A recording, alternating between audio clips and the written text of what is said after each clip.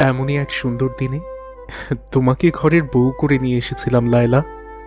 তুমি যেদিন আমাকে ঘরের বউ করে নিয়ে এসেছিলে আমি সেদিনে বুঝতে পেরেছিলাম আমার কপালটা কতটা খারাপ। লায়লা, আমার ভালোবাসার লায়লা, আমি কি তোমাকে এতটাই কষ্টে রেখেছি যে তুমি আমাকে এভাবে বলছো?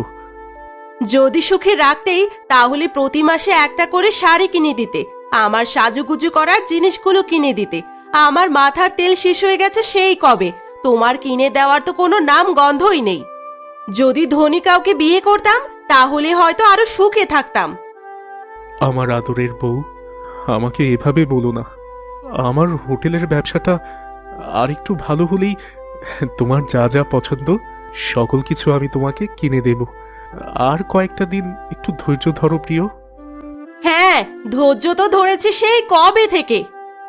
এইসব বলে লায়লা চলে যায় আর সুজন সেখানে বসে থাকে। যেভাবেই হোক সুজনের হোটেলের জায়গাটা দখল করতে হইব। আমি সেখানে একটা ক্লাব বানাবো, যেখানে ডানা কাটা পরীরা এসে যেমন যেমন নাচ দিব। সেইখানে নাটক হইব, গান হইব, নাচ হইব, শুধু টেকা টেকা ইনকাম হইব। চাচা, আপনি এটা নিয়ে একদম চিন্তা করবেন না। এই কিং খান সব সময় আপনার পাশে আছে। ওই সুজনের বাচ্চারে কিভাবে সাহায্য করতে হয় সেইটা জাস্ট দেখবেন আপনি। দেখা যাবে কালকা তোর তোর কোন পর্যন্ত।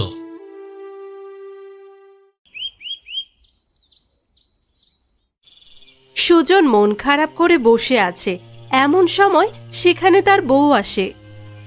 সারাদিন এখানে বসে থাকলেই হবে? পেটে কিছু দিতে হবে না? আমার হয়েছে জ্বালা।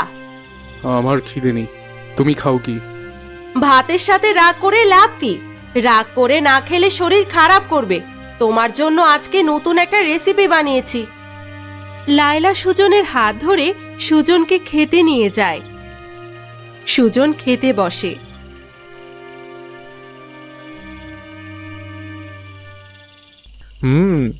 রান্নাটা তো অনেক মজা হয়েছে। এই নতুন রেসিপিটা কোথা থেকে পেলে তুমি? প্রতিদিনই তো একই খাবার খাই, আজকে ভাবলাম নতুন কিছু বানাই।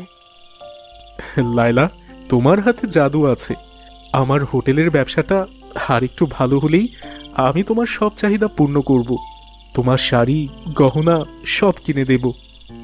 আরে, তুমি ওইসব কথা নিয়ে এখনো পড়ে আছো? তখন কি বলতে কি বলে ফেলেছি, তুমি আমাকে ক্ষমা করে দিও। আরে, তুমি যা বলেছিলে ঠিকই বলেছিলে। এটা বলে সুজন ঘুমাতে যায় আর লায়লাও তার রুমে চলে যায়। দুজনে ঘুমিয়ে পড়ে। সুজন স্বপ্নে দেখে কেউ এসে তার হোটেল ভেঙে দিচ্ছে।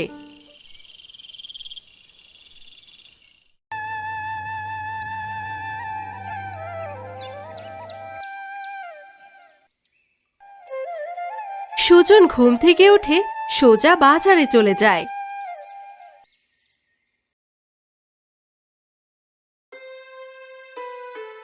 কি ব্যাপার এত সকালে? আমি নতুন একটা রেসিপি বানাবো, সেজন্য কিছু চিংড়ি মাছ, নারিকেল আর মশলা লাগবে। তোমার তো আগের 1000 টাকা বাকি ছিল, এখন মাত্র দোকান খুললাম, তোমাকে তো বাকি দেওয়া যাবে না। ভাই, আমাকে শেষবারের মতো বাকি দাও। আমি কথা দিচ্ছি 2 দিনের মাঝে তোমার টাকা পরিশোধ করে দেব। ঠিক আছে, এটাই কিন্তু শেষ, মনে থাকে যেন। ঠিক আছে, মনে থাকবে। সুজন দোকান থেকে চিংড়ি, নারকেল এবং সকল মশলা নিয়ে সোজা হোটেলে চলে যায়। 5 মিনিটের মধ্যে তার খাবারের গন্ধ পুরো গ্রামে ছড়িয়ে পড়ে। এমন সময় সেখানে কিং খান আসে। সুজন, ওই সুজন, আজ তোর হোটেলের শেষ দিন। এখন থেকে এই জায়গায় আর কোনো হোটেল থাকবো না।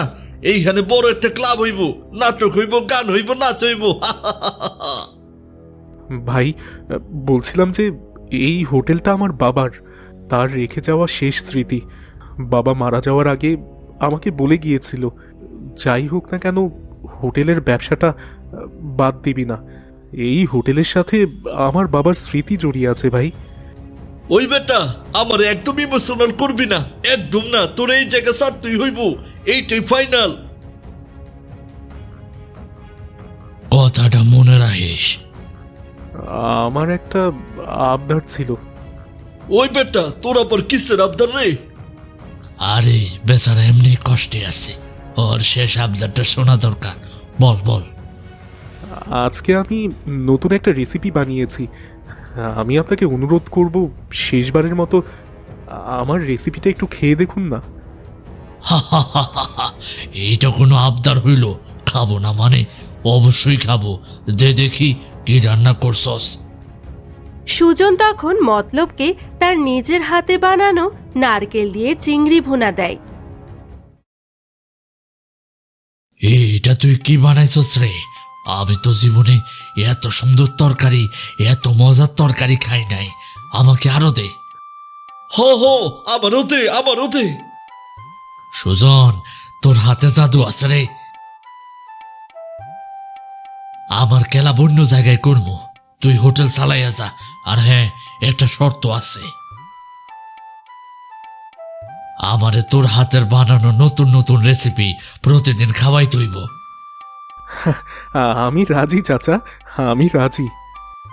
মতলব আর কিং কিং খান চলে যায়। তখন সেখানে গ্রামবাসীদের লাইন লেগে যায়। সুজনের হোটেলের ব্যবসায়ে উন্নতি হতে থাকে। হোটেলের কাজ শেষ করে দোকানের পাওনা টাকা দিয়ে সুজন তার বউয়ের জন্য শাড়ি আর গয়না কিনে নিয়ে যায়। সুজন শাড়ি আর গয়না লুকিয়ে রাখে, তার বউকে সারপ্রাইজ দিবে সেই জন্য। একটু আগে বাড়িতে ফেরা যায় না, একেবারে যেন সব উদ্ধার করে নিয়ে এসেছে। সুজন তখন লাইলার সামনে সেই শাড়ি আর গয়না দেখায়। লাইলা তখন অনেক অবাক হয়ে যায়। এগুলো এগুলো কার জন্য? আমার কি আরেকটা বউ আছে যে তার জন্য কিনবো? এগুলো সব তোমার জন্য। আরেকটা বিয়ে করার চিন্তা করলে একদম মেরেই ফেলবো। একটা বিয়ে করেই সারাদিন দৌড়ের উপরে থাকতে হয়, আবার আরেকটা বিয়ে?